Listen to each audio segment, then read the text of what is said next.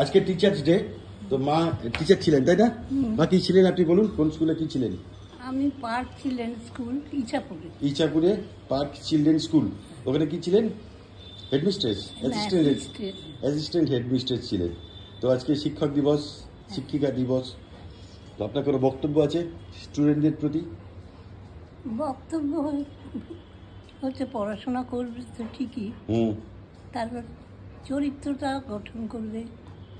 আগেকার দিন আমরা টিচারকে ভয় পেতাম, টিচার যদি স্কুলে মারতো, বাড়িতে এসে বাবা জানলে বাবা উল্টে মারতো, আবার নিজে বলতো আরো মারবেন ওকে।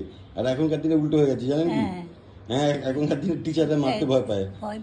কিন্তু আমরা যারা 90s তারা আমরা জানি টিচারদের কিরকম ভয় পেতাম আমরা। মা আপনাকে ভয় পেত স্কুলে সবাই? আমাকে মোটামুটি, আমি একটু নরম ছিলাম তো, ওরা বুঝতো, তাই জন্য ভয় কম পেত। যাই হোক, হ্যাপি টিচার্স ডে।